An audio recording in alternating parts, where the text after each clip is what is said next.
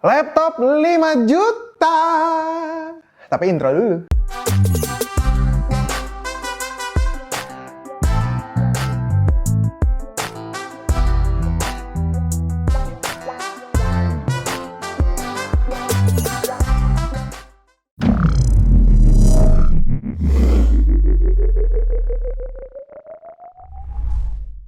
Halo guys, balik lagi nih sama gue William ya di The Lazy Monday. Dan kali ini gue akan mereview laptop yang harganya cuma 5 juta, yaitu laptop Lenovo D330. Ya, lo orang pasti udah lihat di thumbnailnya, tapi kayaknya di thumbnailnya juga nggak jelas ya kan. Dan kalau ngomongin laptop 5 juta, ya laptop ini tuh udah laptop 2-in-1. Sap, bisa gue cabut ya kan, keren kan. Ya, laptop 2-in-1 sih, jadi nggak spesial-spesial banget kalau dicabut juga. Dan plus harganya tuh cuma 5 juta aja. Gue sendiri tuh rada bingung sebenarnya. Kenapa laptop 5 juta tuh bisa pakai gini gitu. Dulu kayaknya laptop 5 juta tuh zaman gua SMP tahun 2011, 2012 ya. Itu tuh bapoknya setengah mati gitu. Dan bener-bener nggak bisa diharapin di zaman itu, laptop 5 juta tuh. Nah, laptop 5 juta yang sekarang itu spesifikasinya tuh udah pakai Intel Celeron N4020. Dan udah pakai RAM 8GB yang jalan di 2133 MHz, 2133 MHz. Dan emang seri RAM-nya itu DDR4L yang berarti ditujukan untuk low power. Spesifikasinya sih emang ngepas banget lah ya jatuhnya ya di laptop yang harganya 5 juta. Emang sesuai dengan budgetnya juga, 5 juta emang rata-rata begitu laptopnya. Dipakai Intel Celeron udah pasti, tapi RAM-nya 8GB nih. Ini rada spesial, RAM-nya 8GB yang dimana cukup gede untuk gua di laptop 5 juta yang sebenarnya pekerjaan dia nggak akan berat-berat banget juga gitu. Tapi so far selama pengetesan gue selama 2 minggu ini, gue sih sebenarnya nggak ada keluhan. Karena gue juga punya ekspektasi yang cukup rendah gitu. Dengan harganya 5, juta, 5,2 juta atau lebih tepatnya 5 juta, 199.000 alias 5,2 kembali 1.000. Dan laptop ini tuh udah ngebawa layar yang ukurannya itu 10,1 inci, udah touchscreen dan tingkat keterangannya itu 250 nits yang which mean di indoor itu udah ngepas juga gitu.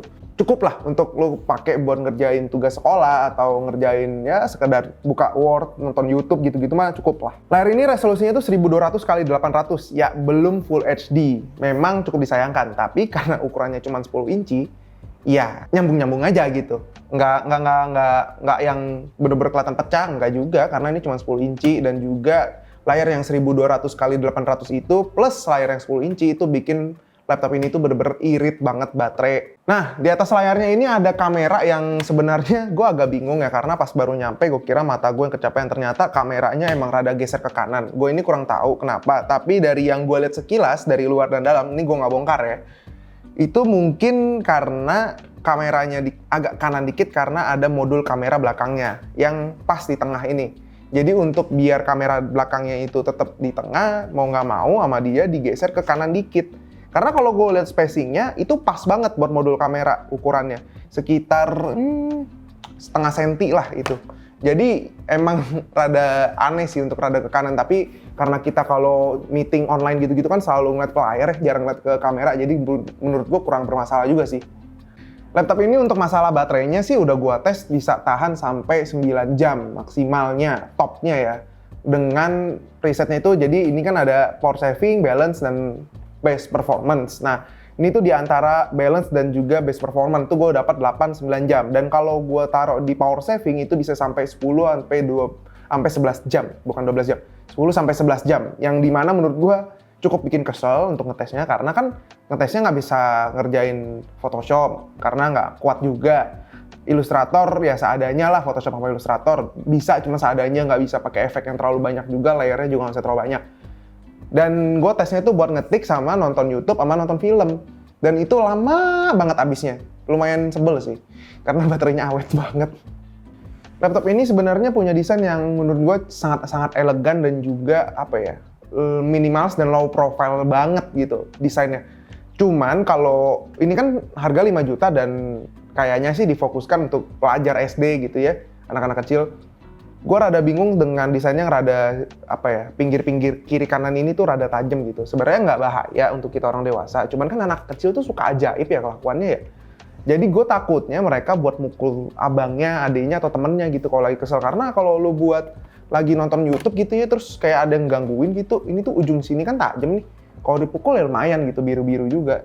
Dan build quality-nya tuh build quality Lenovo banget, yang dimana tuh nggak ada bending, nggak ada flex sama sekali. Ini laptop tuh stiff banget, kecuali di keyboardnya, karena keyboardnya juga kopong ya. Nggak banyak apa ya, perangkat elektronik lah istilahnya dalamnya ya. Di sini cuman ada keyboard gitu, nggak. Dan flexnya juga kecil banget gitu, masih tolerable lah tuh. Cuman emang agak minus side-nya itu cuman di kalau lu attach layar begini dan lu pegang satu tangan, ini touchpad-nya kadang suka keklik sendiri, yang dimana nggak terlalu bermasalah sih, cuman mesti diperhatiin aja biar nggak kepencet-pencet aja gitu. Dan overall sih layarnya dan keyboardnya tuh seimbang ya beratnya ya, karena kalau lu gini tuh dia masih ngebalik ke posisi semula gitu, nggak ngejomplang ke belakang juga. Dan menurut gua dengan desain yang kayak gini sih udah cukup oke, dan looks-nya juga lumayan premium. Cuman masalahnya ada di bentuknya yang rada melengsor ini. Kalau lu lihat nih, dia tipis di sini, tebalnya di sini. Nah, kalau lagi buat potret itu canggung di tangan, tapi emang kalau lu udah pakai beberapa jam, sekitar ya 2-3 jam juga lu udah beradaptasi sih sama desainnya. Cuman kalau di mode landscape gini sih nggak ada masalah sama sekali. Cuman di mode potretnya aja. Kalau gua kan suka buat baca berita nih pagi-pagi, walaupun ini laptop cuma 5 juta tetap kepake sama gua. Karena kocak gitu, bisa buat baca berita pagi-pagi dan layarnya lumayan gede, pas gitu buat baca berita. Dan kalau ngomongin desain sih ya nggak banyak kritik sih sebenarnya dari gua. Kalau ngomongin keyboard juga layoutnya Lenovo. Dan menurut gua nih layout terenak untuk laptop 5 juta ini ya, karena feel ngetiknya tuh Lenovo banget gitu. Dimana enak banget gitu, satisfying. Cuman masalahnya ada di tombol delete dan backspace yang menurut gua posisinya kalau bisa dituker. Karena delete sama backspace-nya tuh, nah ini delete ya kan, ini backspace. Jadi kadang-kadang gue suka refleks mencet delete, bukan mencet backspace. Cuman kalau itu bisa dituker, ya bisa sih biar pakai program lain. Cuman buat orang awam kan ribet ya. Cuman kalau dituker sih better sih untuk layoutnya. Dan sisanya sih gue nggak ada masalah buat layout keyboardnya. Ini udah ngepas banget. Dan touchpad-nya juga menurut gue udah cukup untuk anak-anak, walaupun untuk tangan gue yang bagong, orang dewasa ini suka kepencet sama gue. Tapi ini sebenarnya ya mau balik lagi adaptasi, karena gue kan nggak terbiasa pakai laptop sekecil ini ya. Jadi suka nabrak-nabrak kayak tangan gue. Tapi sejak gue udah pakai beberapa hari gitu udah enggak sih, udah terbiasa untuk ngangkat dikit tangan gue untuk ngetik. Laptop ini layaknya laptop 2-in-1 ya. Jadi dia tombol-tombolnya tuh ya di semuanya di layar gitu. Nggak ada yang di keyboard gitu. Di sini tuh ada tombol power, volume button, terus ada colokan Type-C juga di sini, USB Type-C, di sini ada charging port. Dan di sebelah kanannya, kirinya, salah. Itu ada jack 3,5 mm sendirian. Lalu di bawahnya ada SIM card tray yang buat data mobile. Jadi kalian bisa pakai SIM card dan bisa pakai kuota untuk internetan. Jadi nggak perlu WiFi. Tapi ya standar sih. Dan ngomongin portnya, ini yang lumayan menarik sih. Di keyboardnya itu ada 2 USB port 2.0 yang dimana kayaknya sih ini dipakai buat keyboard atau mouse tambahan kali ya, atau buat webcam. Setahu gue masih bisa deh webcam yang 720p untuk tambahan mungkin, atau buat mic masih bisa. Buat mic sih pasti bisa, cuman penempatannya udah perfect sih menurut gue di kiri sama kanan. Jadi untuk port segala macam sih menurut gue terpenuhi banget sih, karena lu nggak bakal nyolok peripheral yang aneh-aneh juga di sini. Dan secara overall yang gue kritisi sih cuman masalah desain layarnya aja yang tadi ya, yang paling paling gue concern gitu dari semua bagian desainnya. Ya kalau bisa sih jangan mengglazor gini lah gitu. Ini bikin kotak kayak cakep gitu. Kalau kotak terus buletan-buletan kayak gini nih, wah premium banget sih kesannya sih. Padahal cuma 5 juta gitu. Dan build quality-nya Lenovo kan bener-bener, gue nggak ngerti gimana cara mereka bikinnya ya. Maksud gue dengan harga 5 juta nih, gue nggak nemu flex sama sekali. Terus ini tuh atasnya tuh ini layarnya tuh kaca semua. Belakangnya ya plastik sih, tapi bener-bener kokoh banget gitu. Sama sekali nggak ada bending. Cuman nih gue masih bingung nih, ini sebenarnya besi, aluminium apa pakai plastik sih? Kayak aluminium deh, soalnya dipegang tuh rada dingin.